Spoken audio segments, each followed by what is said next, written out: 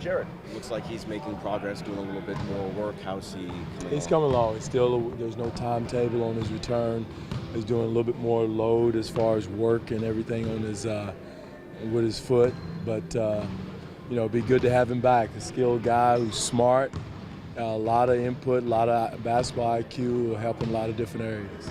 How much do you miss that physicality right now? I mean, you haven't had Jared yet this season, but even somebody like Biz last year who brought that toughness and physicality, is that something that you guys are looking forward to? I thought Jonas gave it the second half last night. We were a physical team. First half we weren't. They was shooting 60% most of the first half. So physicality and defense wasn't being executed by us in the first half. I thought we picked it up the second half. Again, we should have learned from the San Antonio game how physical, how hard, how aggressive you have to be on every play, not just pick and choose plays. Every possession, when you try to move somewhere, there's somebody touching you. I thought we did a good job of that in the second half, and until we make that part of our playing personality, it's going to be a challenge for us. And when you're touching, being physical with someone, that negates lack of strength, lack of bulk, lack of speed, a lot of things when I can reach out and touch you and impede your speed and cut your speed down and that type of thing. We got to learn how to do that as something that we've done well in spurts, but we got to do a better job of it to be consistent.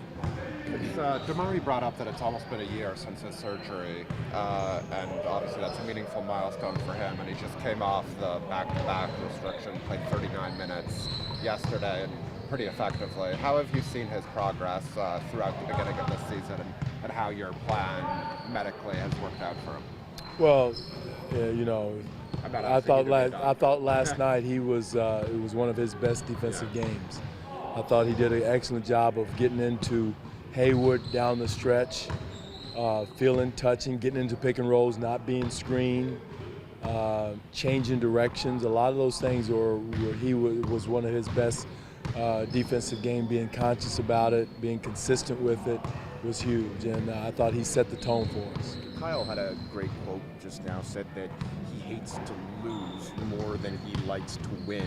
Is that sort of what you see from him late in games in the fourth quarter when he takes over, that unwillingness to lose?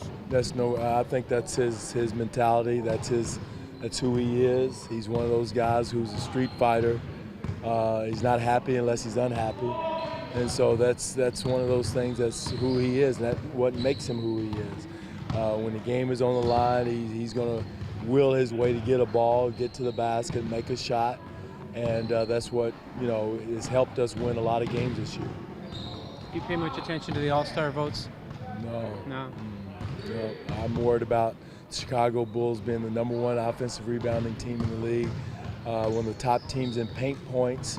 So it's going to be a street fight in the paint tomorrow night. So whoever asked the question earlier about physicality, we're going to see it tomorrow night, firsthand and up close. But you might have to coach those All-Stars. I'm not even thinking. I'm worried about, again, tomorrow night with the Chicago Bulls. Speaking of the Bulls, the team changed a lot over the offseason, but there is a streak. You haven't beat them in the last 9 times, I believe. Does that matter at all when the roster changes as much as it does? No, it's Chicago. I mean, they're Jimmy Butler's team right now. He's still a force to be reckoned with. McDermott is playing very well right now.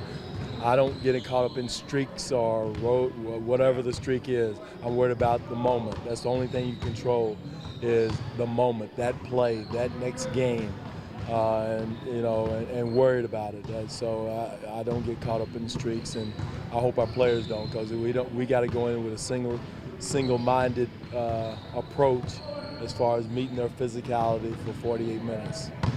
I mean, winning is hard in this league, and you guys are getting some wins, even though your starts haven't been good. How much do you balance that ability to get the win with trying to still deliver the message that we got to get out to better starts? Well, there's a lot of variables going into bad starts, but they're not important. Whether it's schedule, fatigue, travel, quality of opponents, time zone changes. There's a lot of things going in. I wish you could wave a magic wand, but we're people. Guys are people. They have needs. They do get tired, and so I take that into account. But again, we got to do a better job of getting. I don't know if you're ever going to get 48 minutes of focus and intensity and all that, but we got to extend the period, the start, get it going from the start, and then if there's a lull, okay, I understand that, but we got to get it to a start. Whether it's who we start contributes to that, I don't know what it is, but we got to find a better way of coming out of the gates and extending that amount of time of that intensity and focus.